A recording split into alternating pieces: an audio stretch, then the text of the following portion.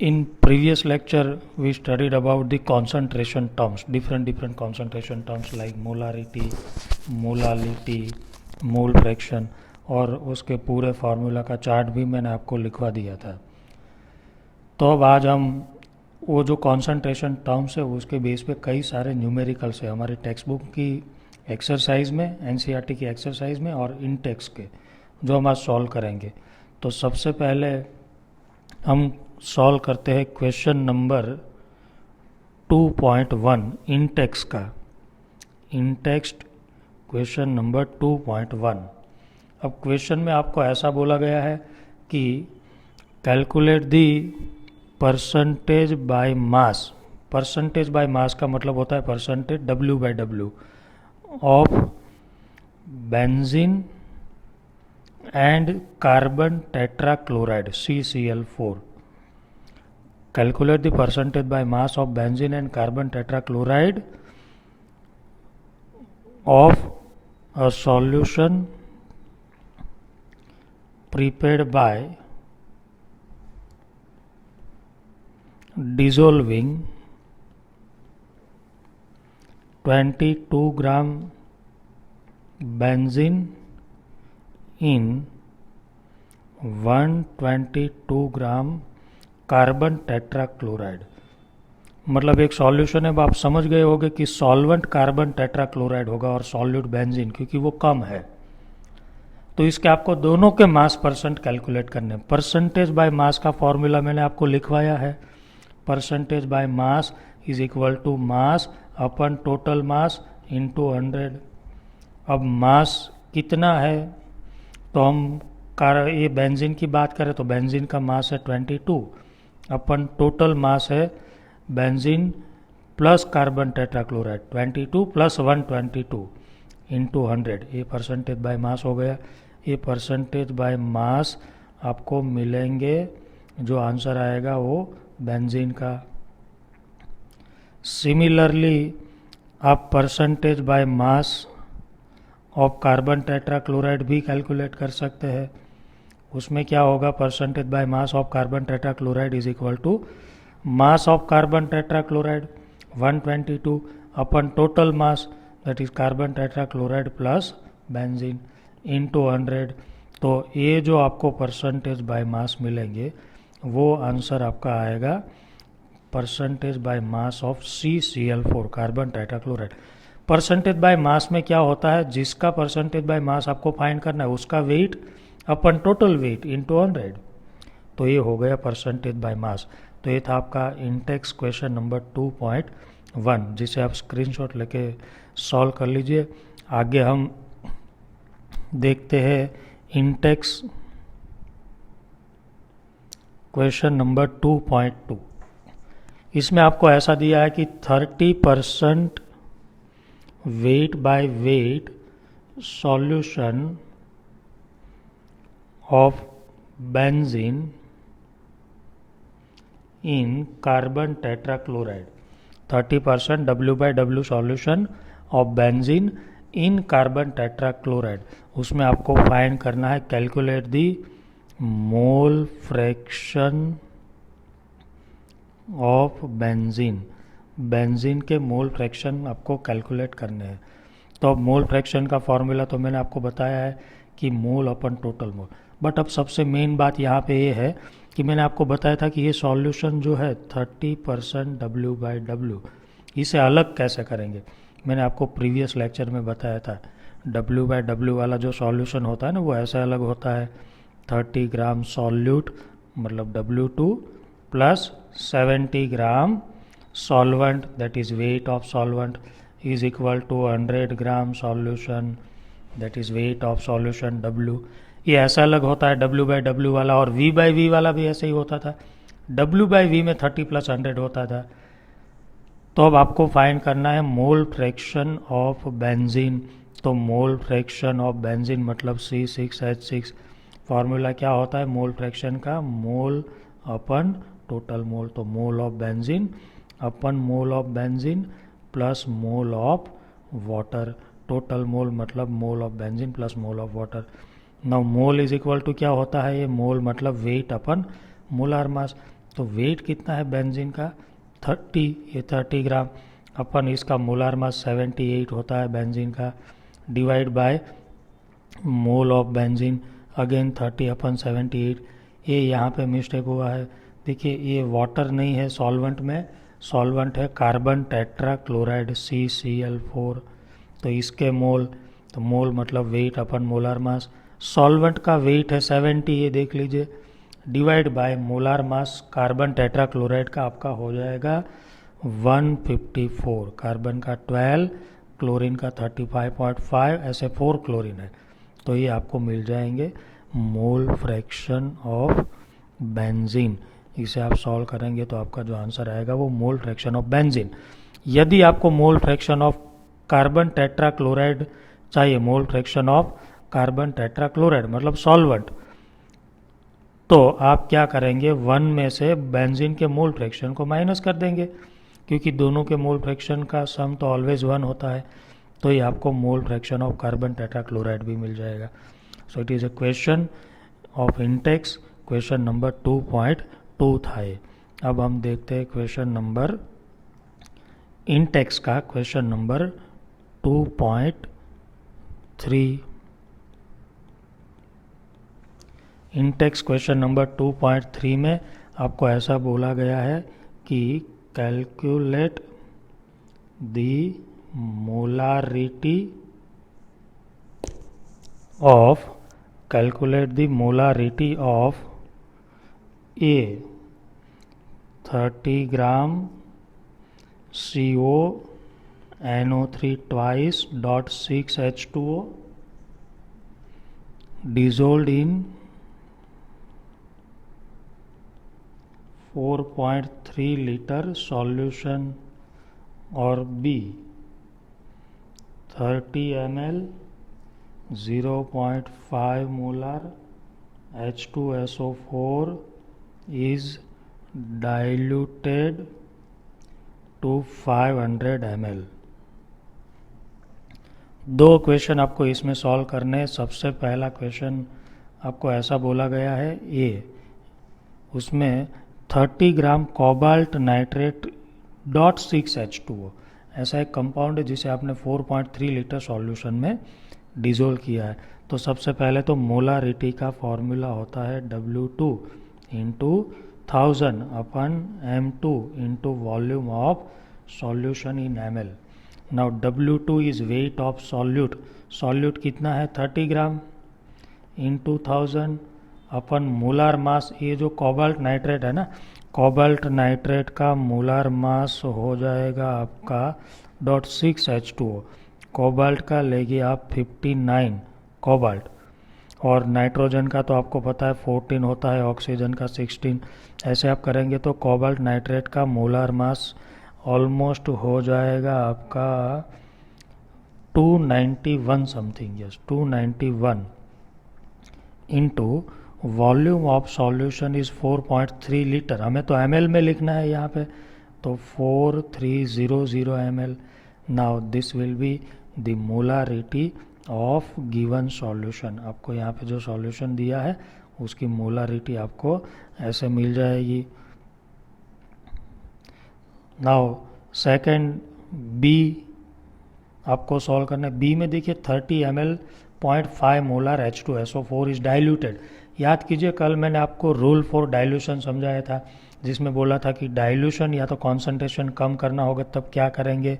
अब देखिए सॉल्यूशन कौन सा है 0.5 मोलार 30 ml, मोलारिटी है 0.5, वॉल्यूम 30 ml, उसे डाइल्यूट करना है 500 ml तक। डाइल्यूटेड बाय नहीं है, डाइल्यूटेड टू 500, मतलब इसे डाइल्यूट करके 500 ml कर देना है। डाइल्यूटेड बाय 500 होता ना तो दूसरा 500 ऐड करना होता, तो 500 प्लस 30 530 होता, but it is diluted to 500 है। तो इसकी मोलारिटी क्या होगी, तो डाइल्यूशन वाला रूल हम लगाएंगे। मैंने आपको लिखवाया था प्रीवियस लेक्चर में कि dilution rule is equal to M1V1 is equal to M2V2। M1 मतलब मोलारिटी ऑफ बिफोर डाइल्यूशन, ये 0.5 थी, वॉल्यूम बिफोर डाइल्यूशन 30 था, अब मोलारिटी कितनी होगी जब हमने इसे कर दिया 500 ml, देन आपका आंसर यहाँ से आपको मिल जाएगा। तो ये था आपका Intex question number 2.3। I am question number 2.4, Intex के क्वेश्चन नंबर 2.4 को सॉल्व करते हैं। 2.4 इंटेक्स्ट क्वेश्चन में आपको बोला गया है कि calculate the mass of urea. आपको कैलकुलेट करना है mass of urea. Students, urea का मॉलिक्यूलर फार्मूला आप याद रख लेना, क्योंकि यूरिया रिपीटेडली इस चैप्टर में यूज होने वाला है। Calculate the mass of urea required to make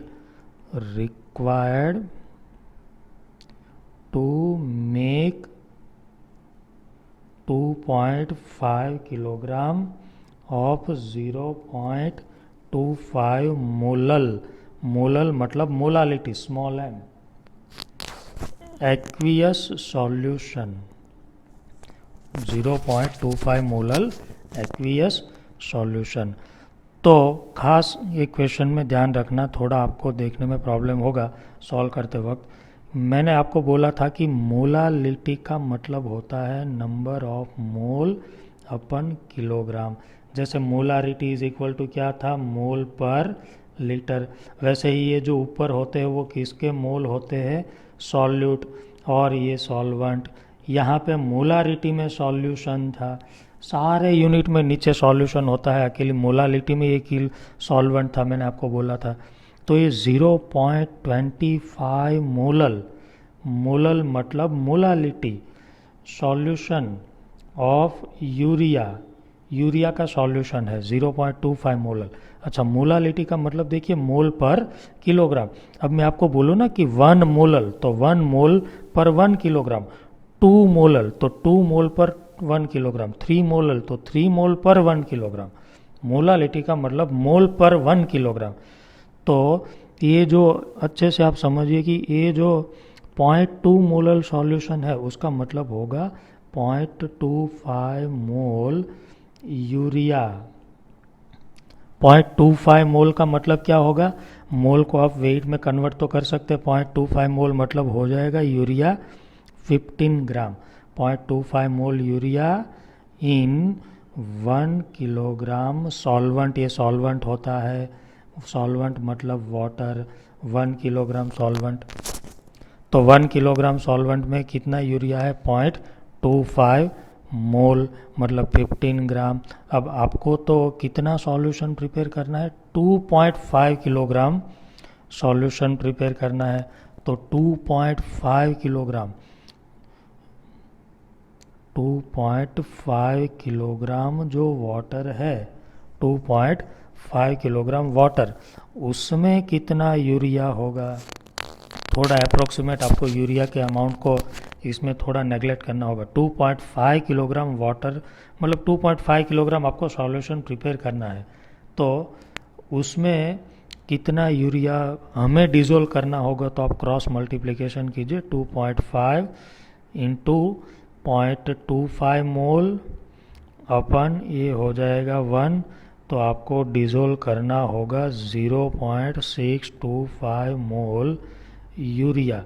अब मोल को वेट में कन्वर्ट कीजिए, आपको मैंने सिखाया है mole is equal to weight upon molar mass. Mole है 0.625, मोलर मास यूरिया का 60, तो वेट हो जाएगा ऑलमोस्ट 37.5 ग्राम। इतना यूरिया आपको रिक्वायर्ड होगा टू प्रिपेयर दिस सॉल्यूशन। तो ये इस टाइप के सॉल्यूशन को प्रिपेयर करने के लिए आपको इतना यूरिया रिक्वायर्ड होगा। It is the solution of Intex question number 2.4।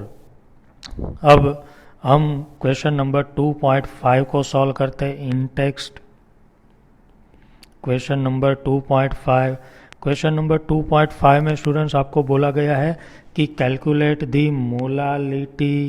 Molarity and mole fraction of 20% KI solution, और उसकी डेंसिटी है 1.202 ग्राम पर ml।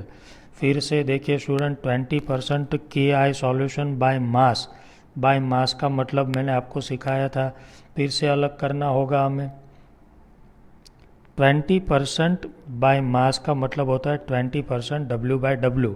अब 20% W/W मतलब होगा 20 gram KI plus 80 gram water. KI 20 gram है, that is W2, water W1 is equal to 100 gram solution होता है, दैट इज W। अब तो आपको क्या फाइंड करना है, मोलालिटी। अब देखिए मोलालिटी का फॉर्मूला हम लिखे तो molality is equal to W2 into 1000 upon M2 into W1। W2 कितना है 20।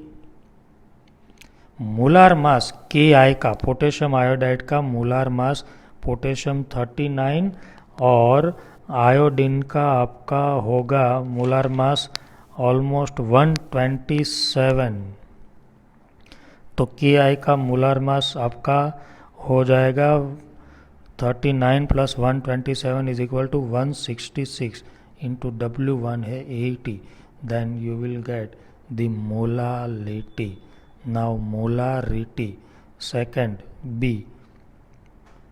मोलारिटी का फॉर्मूला क्या होता है, W2 into 1000 upon molar mass into volume of solution in ml। Now W2 weight कितना है 20, मोलार मास कितना है अभी अभी हमने देखा 166 है मोलार मास।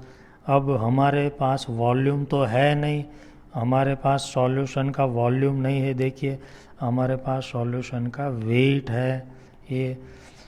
तो वेट को वॉल्यूम में कन्वर्ट करना है तो हम क्या लिख सकते हैं, वेट की जगह वॉल्यूम, वॉल्यूम की जगह वेट लिखना है तो मास अपन डेंसिटी। अब आप देखिए सॉल्यूशन का मास आपको पता है कितना है 100 gram, density is given in solution 1.202।